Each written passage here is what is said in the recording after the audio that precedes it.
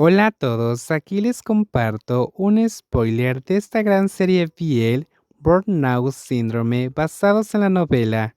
No dudes en suscribirte para estar al pendiente de los nuevos spoilers que traigo para ti.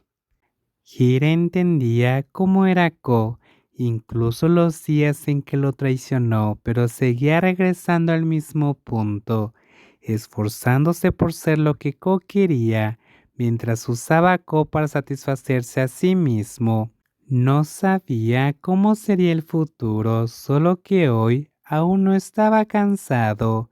Hira, eres especial. Tal vez puedas lograrlo. Me voy, dijo Pen, levantándose y saliendo de la cafetería sin mirar atrás. Hira, al darse cuenta de que no se llevó el cuadro, corrió tras él. Espera, quiero que te quedes con el cuadro. No tengo dinero para comprártelo, respondió Pen, deteniéndose y hablando con sarcasmo. No espero que lo compres, solo quiero que lo tengas. ¿Crees que puedo soportar tener el cuadro de alguien que me rechazó? Haz lo que quieras con él. Si no lo valoras, tíralo. Gira le puso la mochila en las manos y regresó corriendo a la cafetería sin mirar atrás. ¿Cómo lidiar la gente con un corazón roto?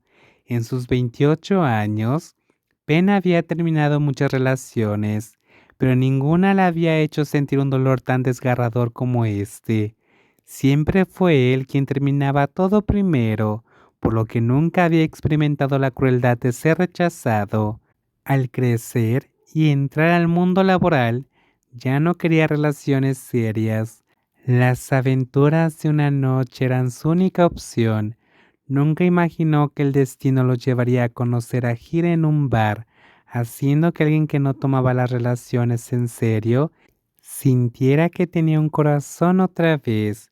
Pero ahora parecía que ese corazón había sido arrancado y destrozado. Ben regresó a su condominio como un cadáver andante.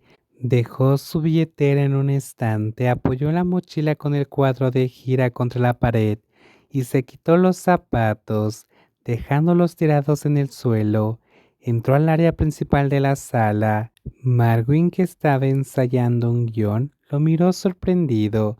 Aunque intentó ocultar su tristeza, las palabras de Ben salieron con voz temblorosa. Perdí contra el capitalismo, de verdad. Marwin se levantó de inmediato, abrió los brazos y abrazó a Ben. El joven dejó que su amigo lo consolara y rompió a llorar. Puedes llorar todo lo que quieras, amigo, dijo Marwin, acariciando la amplia espalda de Ben, sin importar que su camisa se empapara de lágrimas. Hacía mucho que no veía a su amigo en un estado tan vulnerable. Era impactante, pero también doloroso. Me siento un fracaso, no sé cómo manejar esto, dijo Pem. Ambos se separaron. Al ver las lágrimas correr por el rostro de Pen, Marwin usó la camisa de su amigo para secársela sin mucho cuidado. Mira cómo estás, exclamó Marwin. Ben miró la camisa que acababa de ser usada para secar sus lágrimas, la arrojó al suelo junto con sus pantalones y, en ropa interior, se desplomó en el sofá. Marwin tomó una almohada y la colocó bajo su cabeza. ¿Quieres emborracharte? No, aunque me emborrache y me desmaye, al despertar seguirá doliendo, su voz era apenas audible. El cuadro que traje, guárdalo por favor. Todavía no puedo mirarlo.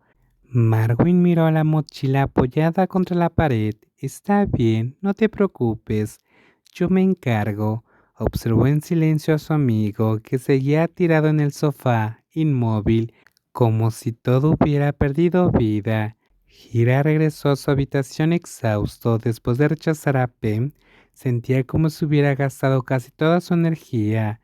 Sus manos dejaron la bola de tela en el borde de la cama y caminó hacia el escritorio. Sobre él había un pendrive con canciones de los años 2000.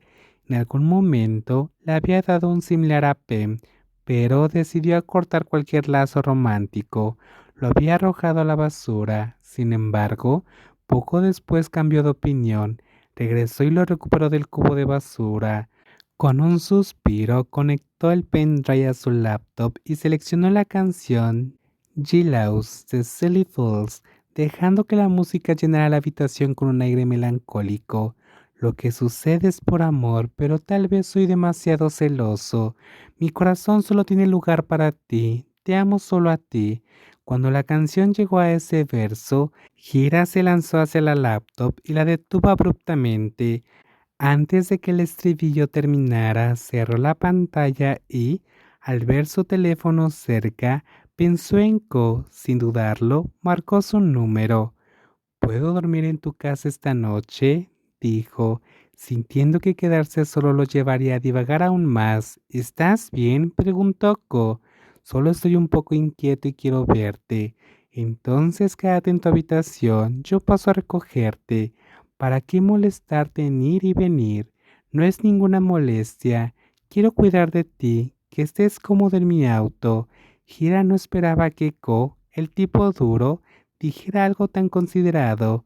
Sin poder resistirse, lo dejó hacer lo que quisiera.